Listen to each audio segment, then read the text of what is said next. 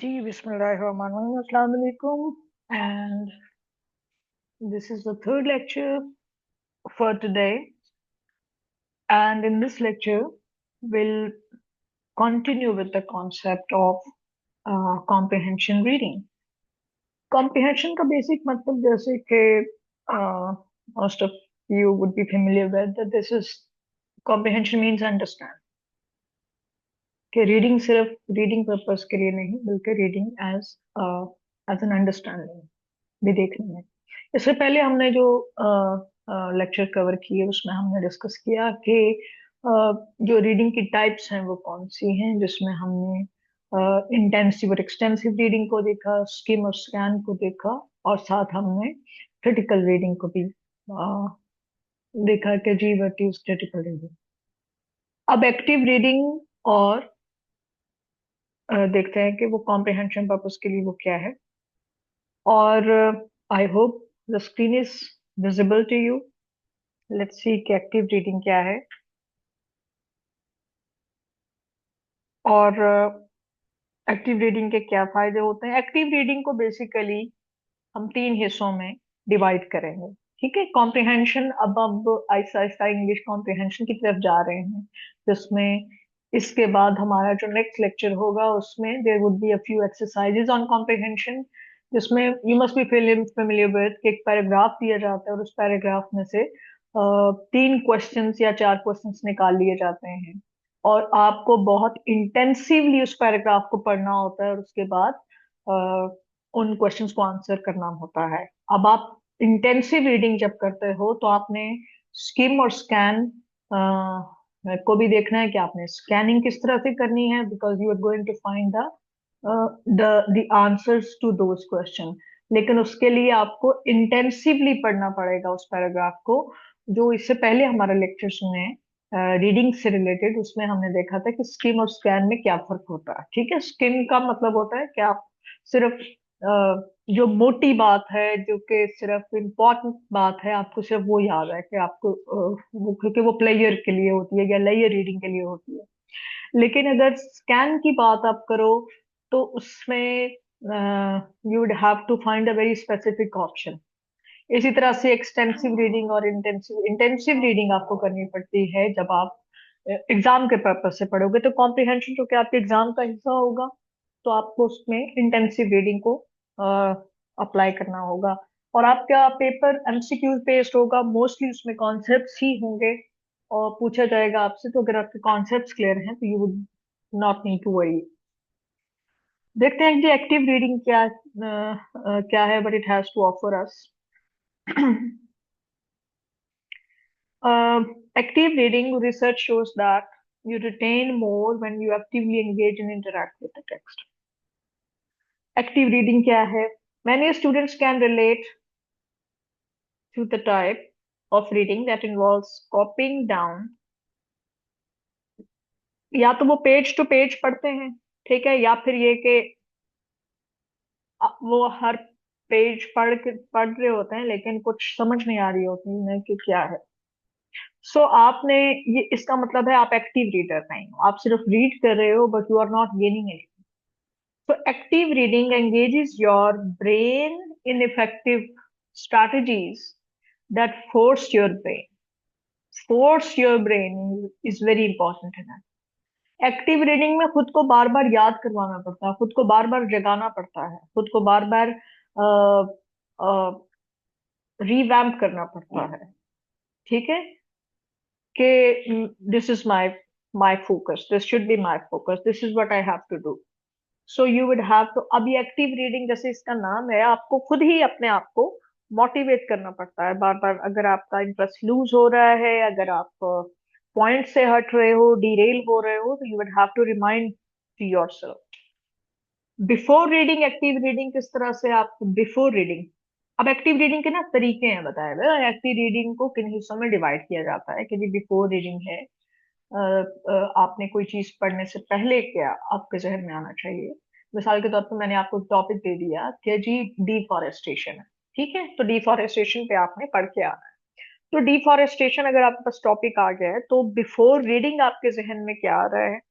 While reading about deforestation क्या होगा, और जो भी आपने आर्टिकल्स या एसेज निकाले डिफॉरेस्टेशन पे, उनको पढ़ने के बाद आफ्टर रीडिंग आपने उनके साथ कैसे उनको इफेक्टिवली अपने कम्युनिकेशन का हिस्सा बनाया। और कम्युनिकेशन का मतलब सिर्फ स्पोकन कम्युनिकेशन नहीं है, कम्युनिकेशन का मतलब ऑफ कोर्स रिटन कम्युनिकेशन भी है, पर्सन टू पर्सन कम्युनिकेशन या इंटरपर्सनल कम्युनिकेशन उसको कहते हैं, वो भी है। सो पढ़ने से पहले, डिफॉरेस्टेशन के बारे में फॉर एग्जांपल पढ़ने से पहले बिफोर रीडिंग क्या आप करेंगे, अ, सबसे पहले तो आपका पर्पस क्या है रीडिंग का। अब रीडिंग का पर्पस है कि मैंने, आपके टीचर ने आपको एक टॉपिक दे दिया कि इस पे आपने पढ़ के आना, तो पर्पस तो पता चल गया, हमारा एकेडमिक पर्पस है। सो एकेडमिक पर्पस में हम extensive reading for sake of pleasure सिर्फ नहीं कर सकते, ठीक है, वो भी पढ़ें, but at the same time हमें इंटेंसिवली भी देखना पड़ेगा, बिकॉज हमें फैक्ट्स याद रखने हैं, फैक्ट्स एंड फिगर्स याद रखने हैं, हमें कुछ डेट्स याद रखनी होंगी, हमें कुछ क्रिटिक्स के नाम याद रखने होंगे, कोई इंटरनेशनल कॉन्फ्रेंसेस या डिफॉरेस्टेशन को कम करने के लिए कौन से इकदाम, कौन कौन सी एनजीओज कर रही हैं, शायद उनके नाम भी याद रखने हैं। सो उसमें मेमोरी का मेजर रोल है, तो इंटेंसिव रीडिंग हमें करनी पड़ेगी। सो सबसे पहले तो no your purpose before reading की हम गाइस बात कर रहे हैं, कि आप अपने पर्पस को जाने कि आप रीडिंग कर क्यों रहे हो, ठीक है। तो आपका आंसर है for examination purpose. For example, क्या आप रीडिंग एमसीक्यूज पेपर के लिए कर रहे हो, ठीक है, या फिर ये कि आपका पेपर सिर्फ एक असाइनमेंट का है, ठीक है, या फिर आपने कोई एसे लिखना है, या फिर आपकी क्लास डिस्कशन है। सो आपका पर्पस ऑफ रीडिंग क्या है, you have to know your purpose before you start reading, number one. Number two, integrate your prior knowledge.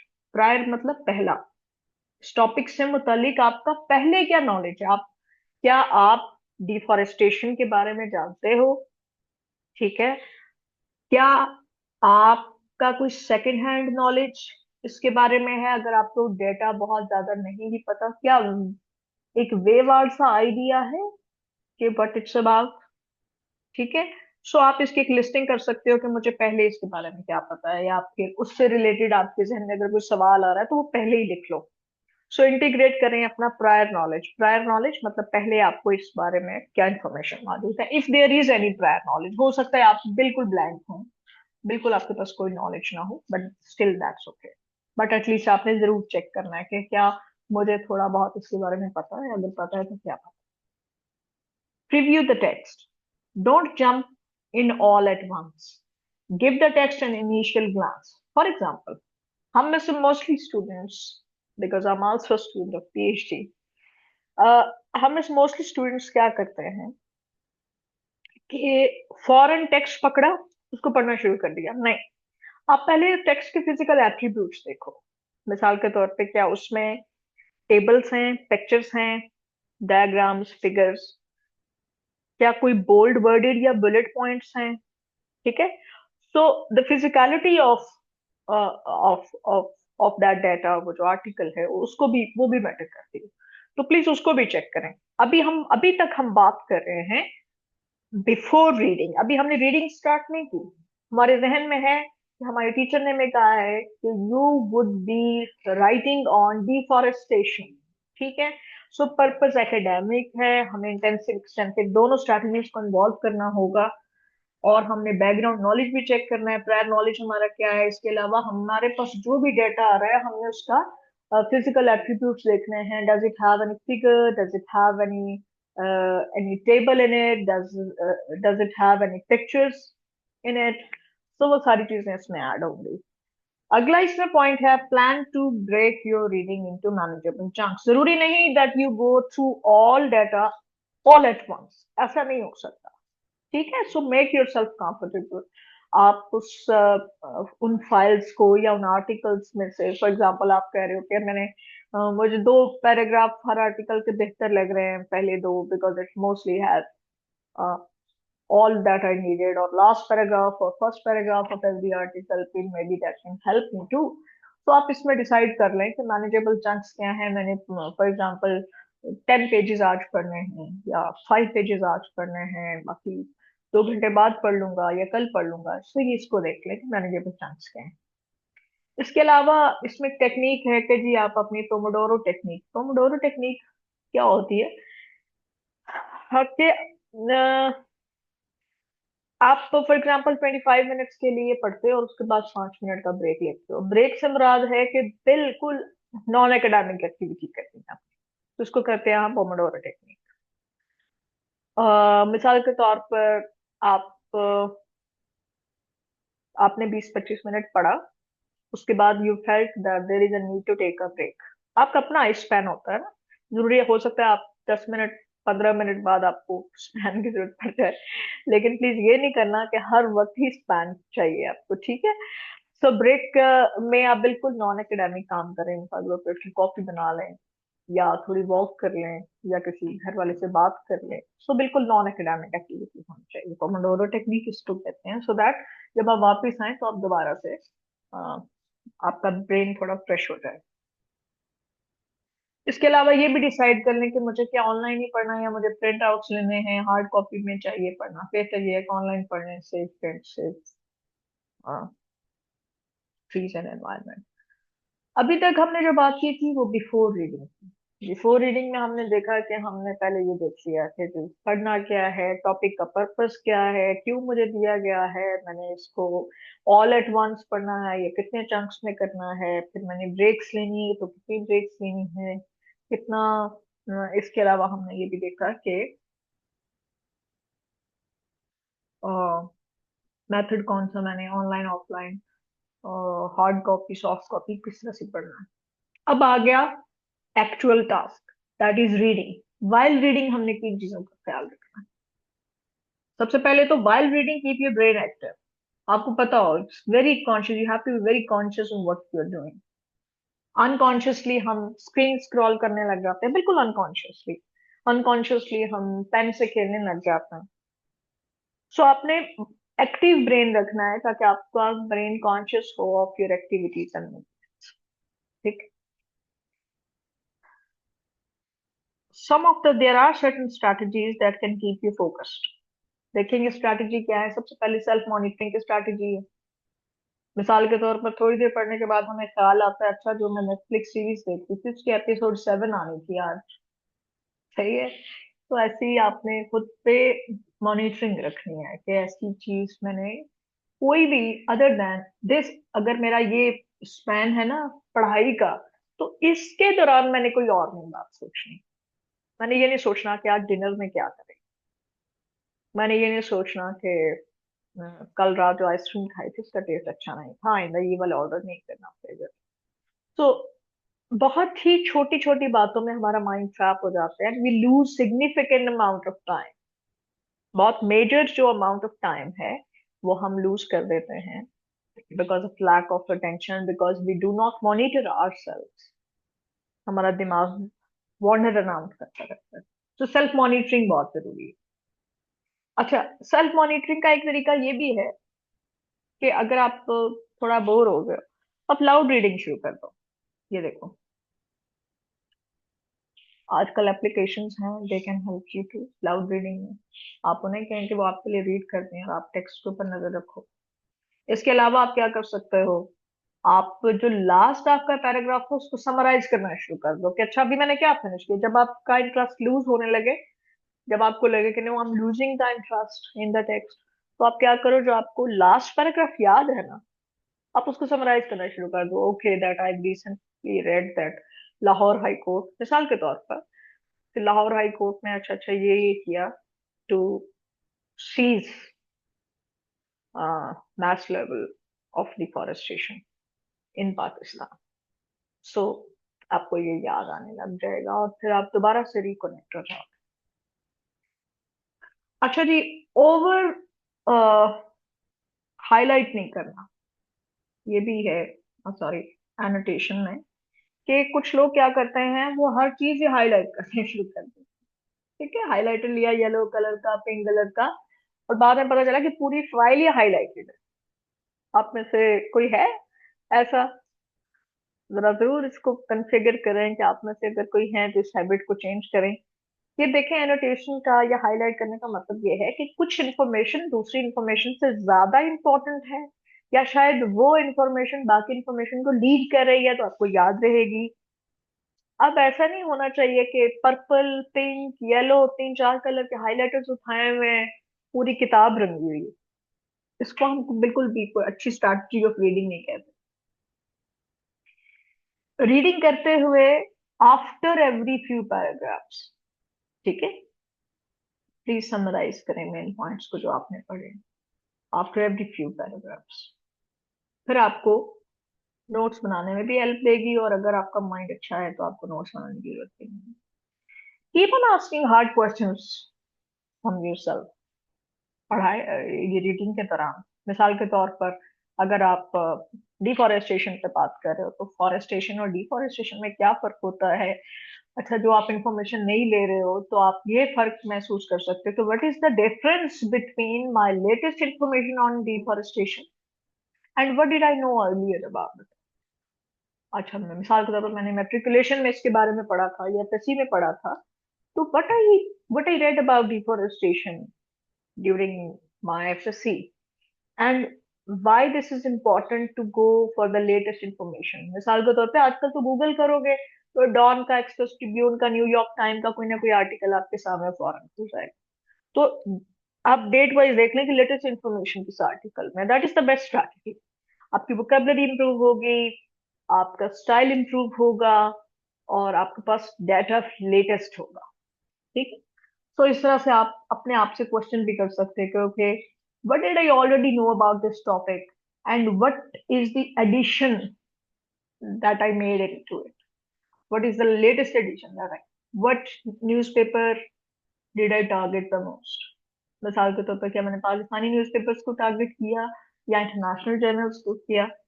इसके अलावा आप और भी इस तरह के क्वेश्चंस कर सकते हो कि इसके मिसाल के तौर पर, तो मैंने पढ़ा है इसके मेन फीचर्स क्या हैं, या फिर ये कि डिफॉरेस्टेशन की प्रिडिक्शन क्या है, कि अगर यही मास लेवल डिफॉरेस्टेशन होती रही तो probably the world doesn't have much of the time and there is no planet B, remember. ठीक, there is no planet B, कि हमारे पास ऑप्शन हो गए, okay, just like plan B हमारे पास प्लैनेट बी भी हो, दैट ओके अगर जमीन ना रही तो हम ऐसे करेंगे, साथ वाले प्लैनेट पे चले जाएंगे। ठीक है, तो फिलहाल there there isn't much possibility for all of us to move to another planet, so we have to make our living in in quite a healthy manner and sustain whatever we have right now for uh, the mother nature। फिर and पे आपने ये भी देखना है कि अच्छा, मैं सोल्यूशन क्या दे सकता हूँ या दे सकता हूँ इन प्रॉब्लम्स का। तो अभी तक हमने रीडिंग कॉम्प्रिहेंशन को दो हिस्सों में डिवाइड किया। I'm just going to recapitulate। पहले हमने देखा कि बिफोर रीडिंग हमें कौन सी चीजों का ख्याल रखना है। उसमें हमने ये देखा कि प्रायर नॉलेज को देखना है, टॉपिक को देखना है। फिर आपने ये देखना है कि इसकी physical attributes of the data जो मैंने लिया है उसमें कोई बुलेट पॉइंट्स हैं, पिक्चर्स हैं, कोई किसी बोल्ड वर्डेड है, चीजें हैं, आपने उनको देख लेना है। फिर आपने ये देखना है कि अच्छा, मैं ऑनलाइन पढ़ लूंगी ना, because am I comfortable. If there are some medical issues तो ठीक है, प्रिंट्स ले लें, वहां से पढ़ लें। If there are not much related to the medical issue तो फिर बेहतर यह है कि आप ऑनलाइन ही पढ़ लें। अच्छा, फिर हमने देखा कि जी ड्यूरिंग रीडिंग आपने क्या करना है, अपने आप को एक्टिव रखना है, एक्टिव माइंड रखना है। उसमें पोमोडोरो टेक्निक का इस्तेमाल करें, इसमें आप एक बड़े चंक ऑफ टाइम के बाद आप थोड़ी सी ब्रेक ले लें और उस ब्रेक में completely non academic task perform करें। इसके अलावा जी आफ्टर रीडिंग, अभी हम बात कर रहे हैं कि रीडिंग के बाद क्या करना है। आफ्टर आफ्टर अभी हमने एक एक्सरसाइज की, बिल्कुल अभी मैंने परफॉर्म की, कि आफ्टर रीडिंग रिकैपिचुलेट करना है भाई। देखिए मुझे क्या समझ आई, check it with yourself. ठीक है, क्रॉस रेफरेंसिंग देखें। आप में से कितने लोग फेमिलियर होंगे विद द कॉन्सेप्ट ऑफ, या मैं लिख देती हूँ, इंटर इंटरटेक्सुअलिटी। ये एक टर्म है, इंटरटेक्सुअलिटी। ठीक है, इंटरटेक्सुअलिटी ये होता है कि इस टेक्स्ट में मैं जो चीज पढ़ रही हूँ, क्या ये मैंने कहीं और भी देखी, क्रॉस रेफरेंसिंग करके देखें। मिसाल के तौर पर आपने ये पढ़ी, हम्म, अगर आप ये पढ़ रहे हो कि क्लाइमेट चेंज है और ये वो है, तो हो सकता है कि इससे रिलेटेड आपने कोई पॉइंट पढ़ी हो, या कोई कोई something on the same lines? Okay,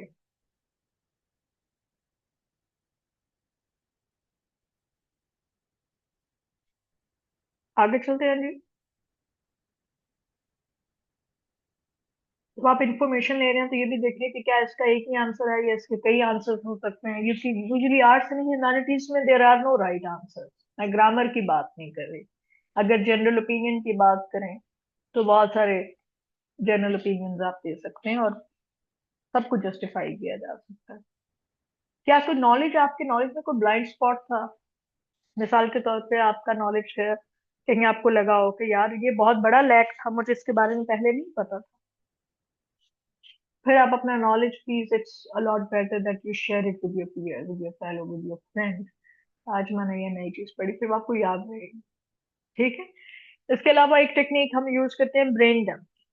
brain dump क्या होता है? कोई भी रफ पेज उठाएं, कॉपी उठाएं और just throw it out, just shoot it out. जो आपको याद है ना, उस इन दैट वेरी मोमेंट कि आज मैंने ये पढ़ा, आप उसको डंप कर रहे हैं उस पेज। ठीक है। और फिर उसको बाद में पढ़ें तो आपको पता चल जाएगा कि अच्छा, आपके माइंड पे, आपका जो माइंड है उसने एक्टिव रीडिंग में किन किन स्पॉट्स को टच किया।